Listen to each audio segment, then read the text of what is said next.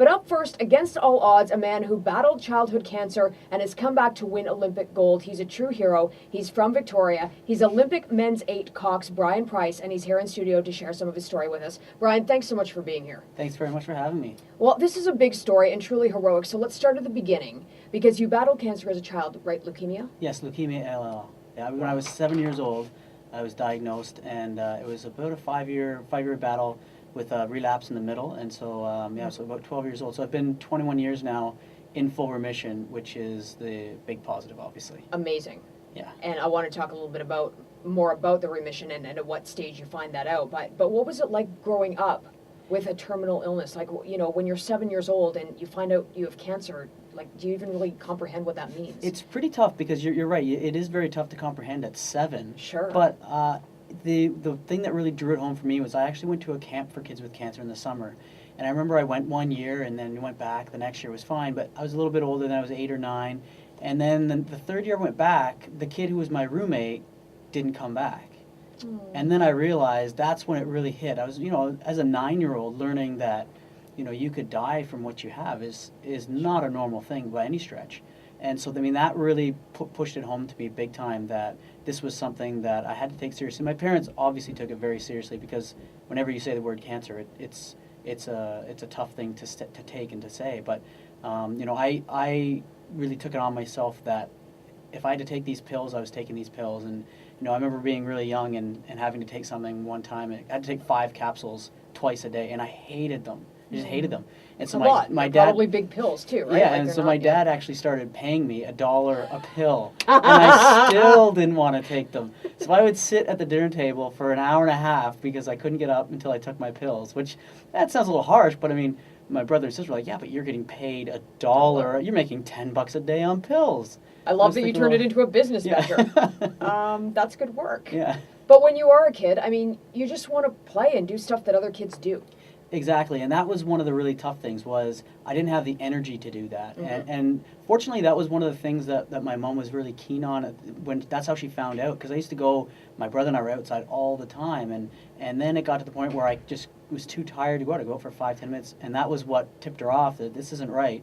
And so we went into the doctor, and I was diagnosed within hours of her taking me in, sort of thing. And so, but yeah, it was really tough because I lived in the country too, so we're outside doing stuff, building forts all the time. And then I also wasn't able to go to school a lot in my grade 2, grade 3 year because if you had a cold, that was devastating for me to have a cold. But for you could fight it off. But I didn't have the same immune system, so I had to be very careful as well. So I mean, unfortunately, I had to have 6 hours a week homeschooled. So 6 hours a week, it was okay. Yeah. But then I was by myself, right? So it really wasn't that much fun.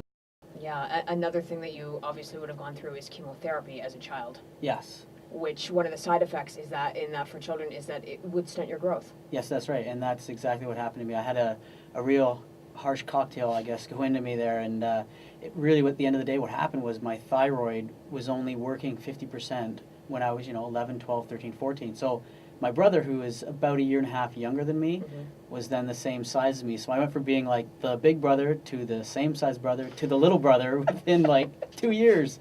So it was kind of funny like that. But he's now about 6 feet, just a touch under 6 feet, and I'm 5'4". And right. I'm sure, I'm positive that had I not had cancer as a kid and had my thyroid half working, that I would have been the same size as him. But it's I mean, you know what, I've met a lot of kids after coming back from having won the medal, and it's shocking to me how extremely lucky I am. Like, there's so many kids that had very similar things to me but maybe had to have radiation, whereas I was lucky and my drugs were working and I didn't have to do that, and they've had long-term effects because of that, and I really skated past that one pretty lucky. And so other than being short, I really got away with it there. And it turns out that being short actually works in your favor. It does. So for all you short people out there, go down to the rowing club. No. And suddenly you win yourself a gold medal at the Beijing Olympics. Now, we'll get to that, but at what point did you know the treatment was working? At what point did you become cancer-free? So I got it when I was 7 years old, and then it was when I was 12. So it was about 5 years, and there was some ups and downs. Like I said, I was 2.5 years in, and the doctors thankfully caught that things weren't working properly, and they said if it had been another 10 days to 2 weeks, I'd have been back to square one. Wow. So instead they caught it just in time, and it was another 2 years, and then I was cancer free. So I was about 12, just a little over 12 years old.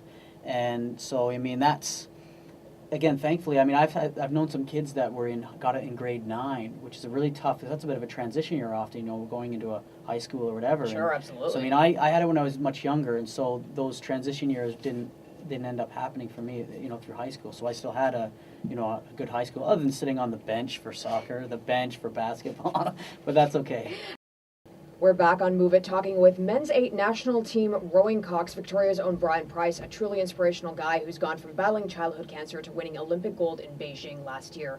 So, Brian, looking back, I mean, when you were a child, did you ever think, yeah, I'm going to win an Olympic gold medal? That's going to happen for me one day. Not a chance. Not a chance. It was, I mean, honestly, it's one of those things that when I had cancer. I mean, that's the last thing on your mind. Sure, it's a dream, but I mean, then go forward even to when I was in public school. I tried a lot of sports and did a lot of sports, but it was almost like a bit of an uphill battle because I was always way behind. I remember once getting a bone age done when I was about 17, and my bone age was 12, and so I was always just quite a bit behind my peers, which makes it very tough to compete with your peers. That being said, though, I did always try. I always, played baseball. I played some hockey.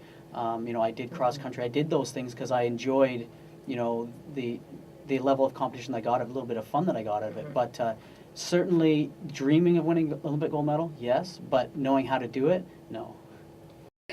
If there is someone out there listening right now who's fighting cancer, what's the one thing you would want them to know, having been through it yourself? The great feeling I get is when I go and I visit some kids, and the kids get it, but it's the parents that really, they see me and they see that I went through the same thing their kid's going through, and that's just, it's so huge. And now myself having a daughter, my daughter's 2, and I now understand the devastation, what it would feel like if you were told that your child has cancer. And I have been through it, and I still think I would struggle. It would be very tough. But in order for a parent to see me and see what sort of my life path has gone through, that there is a lot of hope. It is much better than it was 20, 25 years ago. And, I just think that the strength is a big thing. Strength when you're going through all this is a big thing. Because you think, in your daily job you have ups and downs. It's nothing compared to going through treatments, because the treatments can throw you up and down 3-4 times daily and can put you in a rut, literally put you in a rut, and there's nothing you can do to get out of it, but other than the strength of your mind. And so it's really key to ride those waves, and it is tough. If you can recognize that something's tough, then it makes it a little bit easier to cope. Well, I think you're a true inspiration, and you do motivational talks. If people want to get a hold of you to do one for them, how can they do that? They can just catch me on my website, brianpriceonline.com.